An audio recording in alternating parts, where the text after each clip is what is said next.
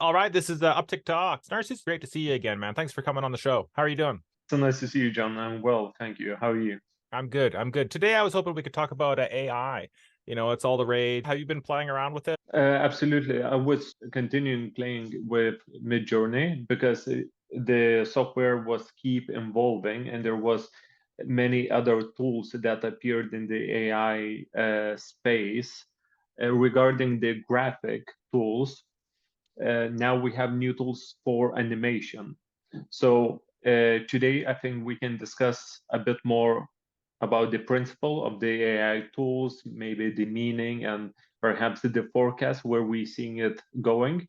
And Hmm. then in the next part, perhaps we can do a little demo as well to see how it works. Now, what I found is that there's a new tools for animation. So now you can use prompt or existing videos for AI to repurpose the video. So it can create something from scratch. It can take a still image and animate it, or it can take existing video and overlay with some effects, make the original video just a simple footage into animation, into a cartoonish style. So it's not kind of like a filter effect, but AI actually is repurposing the objects that it sees in the frame with different assets. So, for example, the human figure can become into any shape and form and also material. So, instead of having a human, it can turn into a glass and a paper and also stylistically as well. So, now we have quite advanced tools that help creators to create material from scratch or take the original footage material and repurpose it and to create something more interesting. Interesting. Yeah, when you're saying animated, it's kind of hard for me to wrap my head around that. So, is it mainly NFT artists that are using this, or all kinds of graphic artists? To be honest, because the entry level is quite easy, most of the tools are free or has premium options where people can choose the functionality. Hmm. It's quite because it's accessible. You have so many people, not only creatives, but other people just trying to play around with the tools and to see what they can create because it's so easy to use. For example, even the AI drawings where you need to use only a prompt, you can literally type anything and the system spits out some amazing artworks. So it's quite accessible, and now you can see over the internet going around of that type of art. So as we spoke earlier, we can quite distinguish AI art for some features. Yeah. Uh, it seems like it has some kind of theme, but the tools are evolving, and because there are so many tools, each tool has their own specific style. So more or less, if you're familiar with Midjourney, if you see an artwork created using Midjourney, you can possibly just guess it. Okay, it was done with this particular tool, or if you see animation, it's perhaps done with that particular tool. Interesting. Interesting. Yeah, I remember you saying before you can kind of tell by looking at the eyes, that's a bit of a giveaway in a lot of I've cases. noticed that they been improving on the eyes, and Yeah. now it looks much better. Okay. But it's still possible to tell. It still has that dark, moody sort of feel to it. Absolutely. I think it just has, it's like a brush stroke.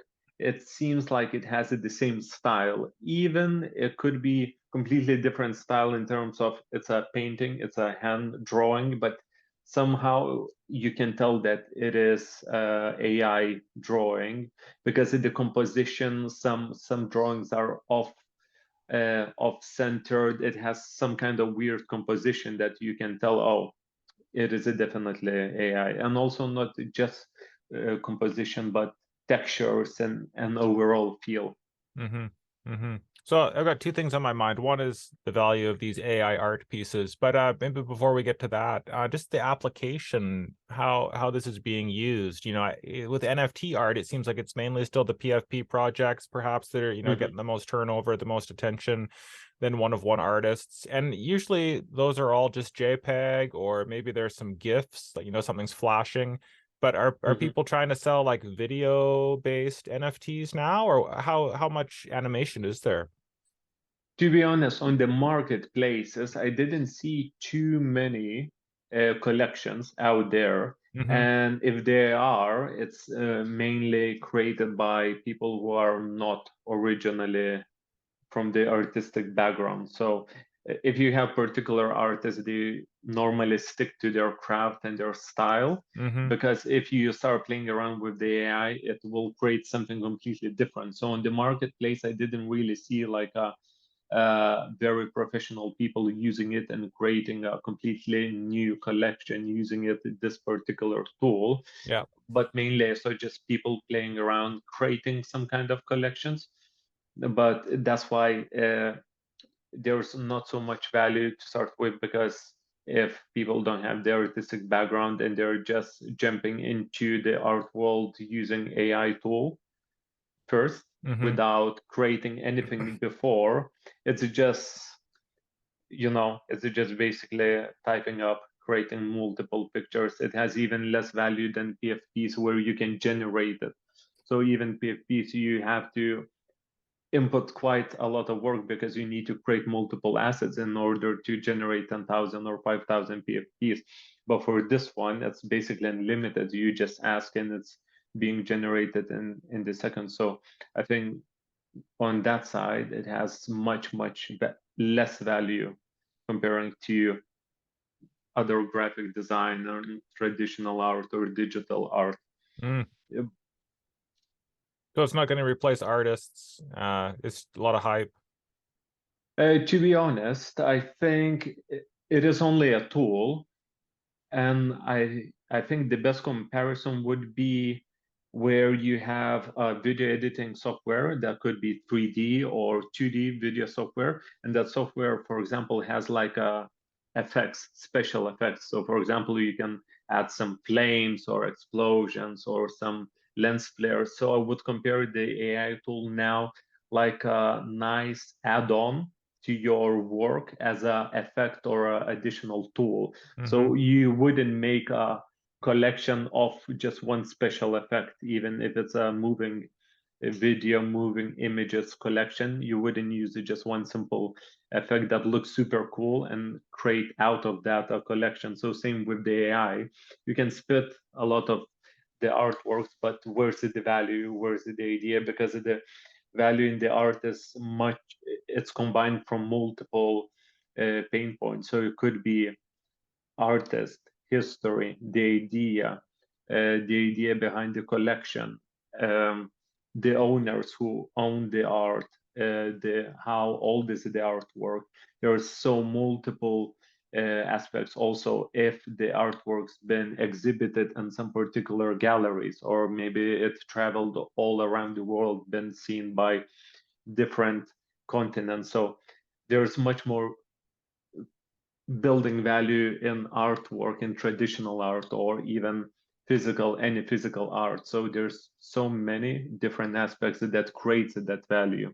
Yeah. The starting point, okay, it's a beautiful piece, but then it comes all together with the story behind what other people think of it. If it's being exposed to the public, if galleries wants to have it, if the collectors wants to have it. So all of these aspects create the real value. But now here, if people think they're gonna just generate, 150, 100, 500, 1,000 pieces of some kind of AI art, it's just starting point. Okay, you have the starting point, but what else? It could look amazing and beautiful, but does it have story? Does it have purpose? Even if it's NFT, you can talk about utilities, because now it's another aspect that creates a value. Okay, you have these AI artworks, but what is the additional utility? You Yeah. know, then if you try pricing this kind of art, how do you price it? What makes sense to price it? Is it $100? Is it $500? And then again, you straight away have to ask question why? Why do you price it at this price? Mm. So uh, at the moment, I would say it's a nice and fun tool to use it. It's an additional tool for your kit to try to implement. Mm, and improve your art and make it something more interesting. But I wouldn't say it's just a one-off tool to create a completely new genre.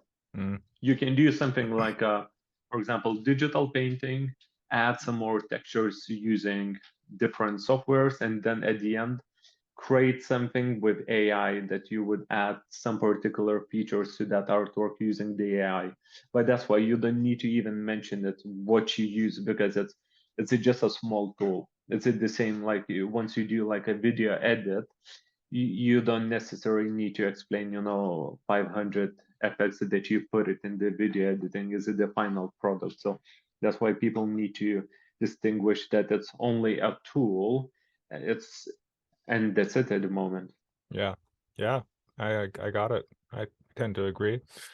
See what you mean. In the past, we've talked a little bit about projects versus art. So I don't Hmm. want to put you on the spot, but when we were talking about, valuing these pieces, how do you define art in a sentence or two? You said it depends on many different factors. I think you're buying a piece of the artist, of the years that they put into their art, making it better and better, and just the time they Hmm. took to create a certain piece. And that kind of, there's some aspect of rarity as well.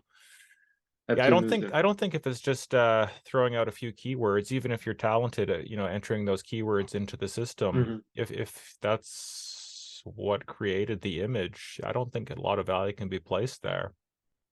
Like you said, That's it why. kind of like a spice, right? The hard work Mm, goes in, and this is the after effect, is what you're saying. exactly. It's just a one medium, or even like effect. I would compare it to effect because you don't really do much with it. You just describe and it spits out. I would say it's a great tool for sketching Mm-hmm. or creating concept, Okay. or if you're struggling with the idea, help you to visualize it, but definitely not a final product. But in the open marketplace, if somebody's willing to pay money for that piece and they clearly understand how it was made, that was used only prompt and it was generated by software, and people are happy to pay, then it's fine. But uh, from my personal opinion, I think it's just only one single tool that could be used for Yeah. a bigger purposes. What about Chat But GPT? Have you used that for like personal? I was thinking for SEO, mhm, trying to drive these videos more, I should probably be using Chat GPT to some mhm, extent, but I haven't. I'm kind of scared to play with that stuff. Have you used mhm. Chat GPT before? Used it from the beginning. I remember I was signed up for OpenAI a very long time ago. I didn't really understood what exactly it was because they offered a few different tools, but I tried using for programming and for some copy, Hmm. and I think it works very well. I think ChatGPT 4 is around the corner as well to be launched. That's supposed to be 100 times more powerful than the third version. Wow. So I think it's also like on the visual side and on a written side, it's kind of good assistant, or even for coding, it really helps you speed up as well what you want. So it very works very well with HTML, CSS, and PHP, and I'm sure with the other programming languages. So it speeds up that process as well. It helps to clean the code as well. Hmm. So if you have some syntax mistakes in the code, then it's quite a big piece and you cannot really find it. Where's the error? It helps you on that side. So I think it's a definitely useful tool, and it's something that uh, I would suggest everyone to use it and practice it and just to discover it, how it will be beneficial for you, because it even does some calculations and all of this. So I think you just need to sit down and try to play around and discover how it could be useful for your own. Yeah. Okay, that's my homework. I'll try to.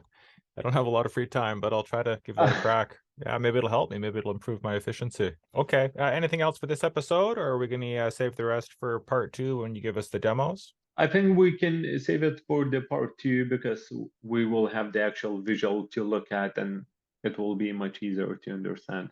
Awesome. Okay. Thanks a lot, Snarskis. It's been fun. Thank you. Okay. See you next time.